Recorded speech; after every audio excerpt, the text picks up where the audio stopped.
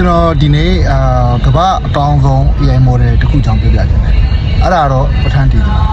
ကျွန်တော်ရှင်းပြတယ်ဒီဥကောင်ကျွန်တော်တို့ဒီ traditional AI model တွေပေါ့အခုလက်ရှိသုံးနေတဲ့ large language model ChatGPT တို့ Gemini တို့ Claude တို့ DeepSeek တို့အဲ့လို AI model တွေရဲ့အလုပ်လုပ်ပုံကျွန်တော်အရင်ဆုံးပြပြအဲ့ဒီ large language model တွေအဲ့ black box model တွေကဘာလဲဆိုတော့ကျွန်တော်တို့ data set တွေအများကြီးရှိတယ် data တွေအများကြီးကို model တစ်ခုတည်းမှာသူက train လုပ်တယ် train လုပ်ပြီးတော့မလုပ်လဲဆိုတော့အဲ့ဒီ data တွေကိုneural link သဘောတရားနဲ့တစ်ခုနဲ့တစ်ခုချိတ်ဆက်တယ်ဥပမာဆိုပါကျွန်တော်တို့ကကားအကြောင်းမေးလိုက်လို့ရှိရင်သူကကားနဲ့ပတ်သက်တဲ့အကြောင်းအရာတွေအကုန်လုံးdata set တွေကို ဆွဲပြီးတော့ link ချိတ်တယ်ဘယ်လိုမျိုးလဲဆိုတော့ကားနဲ့ပတ်သက်တဲ့model တွေရှိမယ်ဥပမာထားပါတော့ brand တွေဥပမာ Mercedes BMW အစရှိသလိုဟာမျိုးတွေပေါ့ပြီးတော့နောက်တစ်ခုက engine တွေ engine အကြောင်းအရာတွေပြီးရင်ကားနဲ့ပတ်သက်တဲ့ဒီလေခွင်းက aerodynamic အဲ့လိုအကြောင်းအရာတွေပေါ့ကွာအများကြီးကိုချိတ်ဆက်ပြီးတော့သူက pattern recognition လို့ခေါ်တယ်ဒီပုံစံတူရှာဖွေပြီးတော့ pattern match လုပ်တယ်လုပ်ပြီးတော့ကျွန်တော်တို့အဲ့ကားဝင်ကားအကြောင်းကိုထုတ်ပြီးတယ်လင်းအကြောင်းပြောလို့ရှိရင်လင်းနဲ့ပတ်သက်တဲ့အရာတွေအဲ့လိုမျိုးဒီ data set တွေအများကြီးတရားတွေneural link နဲ့ချိတ်ပြီးတော့သူကထုတ်ပြီးတဲ့ပုံစံမျိုးပေါ့ဒီ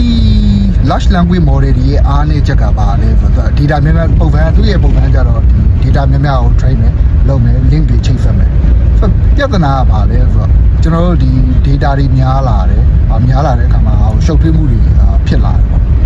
တော့အဲ့ဒီဟာကိုဖြည့်ရှင်းဖို့အခုလက်ရှိ AI ပညာရှင်တွေကဘာလုပ်လဲဆိုတော့ဒီကောင်ကိုထပ်ပြီးတော့ဖြည့်ရှင်းဖို့အတွက် modular AI ဆိုတဲ့သဘောတရားမျိုးကိုစပြီးတော့သူတို့တီထွင်ကြတယ်ဖန်သက်နေတယ်ပေါ့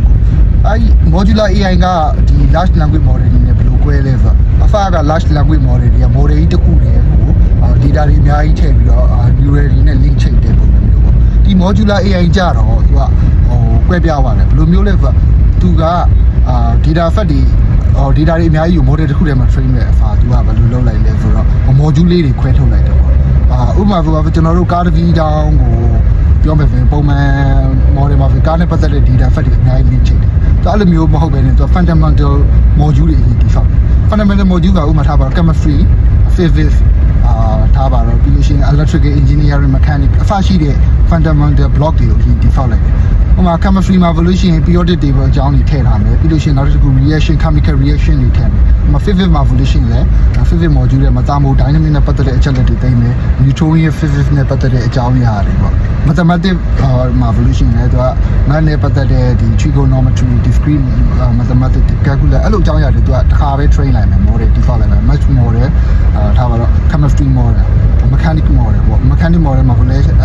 gear တွေ mechanic နဲ့ပတ်သက်